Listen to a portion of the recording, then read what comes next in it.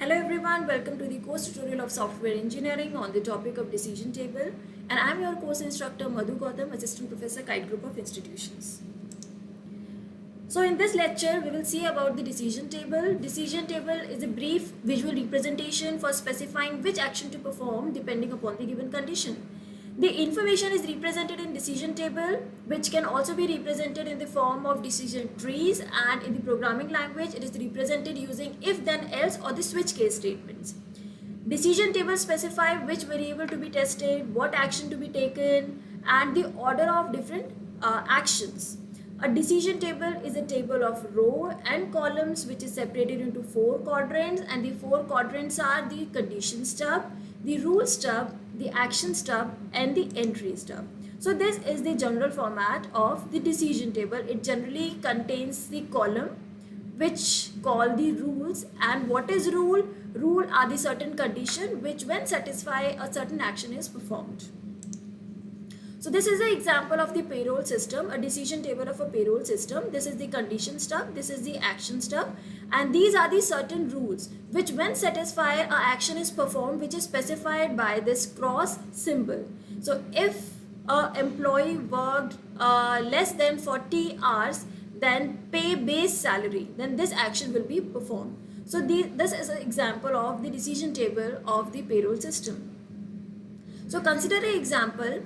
Let us take an example that a bookstore get a trade discount of 25% for order more than 6 books, for order more than from library, and individuals 5% allowed on order of 6 to 19 copies per book title, 10% on order for 20 to 49 copies per book title, and 15% on order for 50 copies or more per book title. So we have different set of discounts available for different conditions. So we need to build a decision table for that particular problem. So let us understand how we can do that.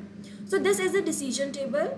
All the conditions are specified in this particular column, that is if column, and the action is specified in this particular column, that is called action, right?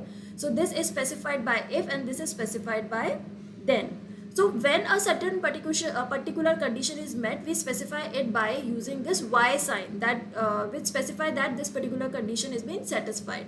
And if this condition is satisfied, what action need to be taken? With that particular action is specified by this particular cross sign. So if the customer is bookstore and if the order size is 6 copies or more, then what action need to be taken? The discount of 25% will be given for that order. So these are certain rules, and on the basis of the these rules, or these are the certain actions which need to be taken. So developing decision table process requires the determination of the number of conditions that affect the decisions. The set of attribute actions must likewise be determined. The number of rules need to be computed, and each rule must specify one or more actions. So each condition generally has two possible alternatives, whether it is met or not. So it can be specified by using yes or no. The total number of rule is equal to the number of conditions into number of condition values. If the number of values for each condition is true or false, then 2 raised to power number of conditions, that is 2 to the power 2, that is 4, are the total number of rules. Thus, if there are 4 conditions, there will be 16 possible rules likewise. So how we can build the decision table? For each rule, we need to select the appropriate action and indicate with this particular cross sign. So there are certain conditions which can be specified by using Y and N. Y means that particular condition is satisfied, and N specify that this particular condition is not satisfied, and on the basis of this Y and N, certain action is performed which is represented by this cross sign. So cleaning up the things, check the table for any impossible situations, contradictions, and redundancies, and eliminate such rules. Rewrite the decision table with the most reduced set of rules. Rearranging the rule order is permissible if improve the user understanding. So merely building the decision table is not always necessary or sufficient. We need to refine our decision table. We need to remove all the redundancies, contradictions, and impossible values from the decision table and make it as simple and as possible, right? So this is the example how we can reduce or how we can improve our decision table. So this is the condition and the action column, and all the condition, whether they are satisfied or not, are specified by using Y and N, and the action corresponding to them are specified by this cross sign. So the 4 gray column can be combined into the single rule. Note that for each there was no order placed from the special catalog. In addition, rule 1 and 5 and rule 3 and 7 can be combined. Each pair product the same produce the same action, and each pair shares 2 common conditions. So if we have some pairs, which performs or which produce the same set of action, then we can combine them and reduce them into a one particular column. So like this, in this figure, this is Y and this is our column 1 and this is our column 5. So we can combine 1 and 5. This is our column 2 and 4. We can combine these two and make it one column. So if we have certain set of columns which produce the same action, then we can combine them and reduce that column from 2 to 1. This is what is happening in this particular slide. So we are combining column number 1 and column number 5. We are combining 2 and 4 because they are yielding the same result. Column number 3 and 7, and likewise we combine the column number 6 and 8.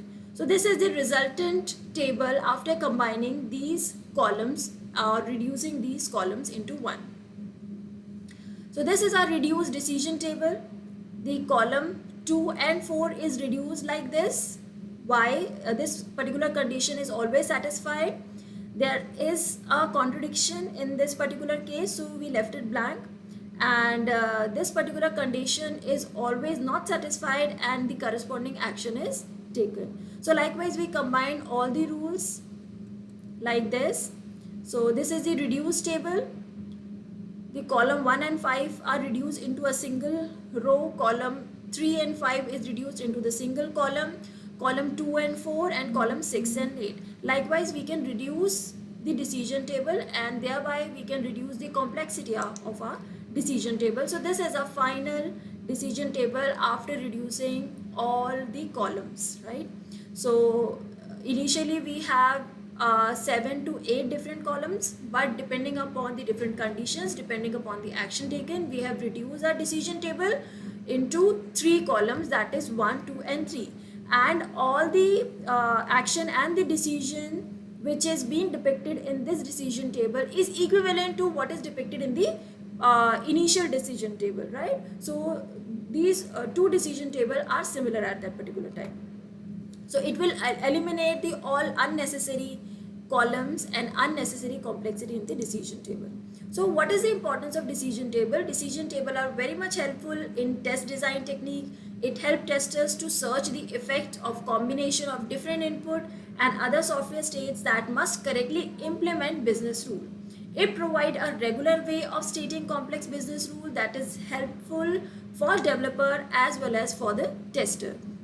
It assists in development process with developer to do a better job. Testing with all combinations might be impractical. A decision table is basically an outstanding technique used in both testing and requirement management. It is a structured exercise to prepare requirement when dealing with the complex business rule, and it is also used in model complicated logic. So decision table help us in many different ways in the software engineering, and we should reduce the complexity of decision table as much as we can do, right? So this is all about the decision table. Thank you.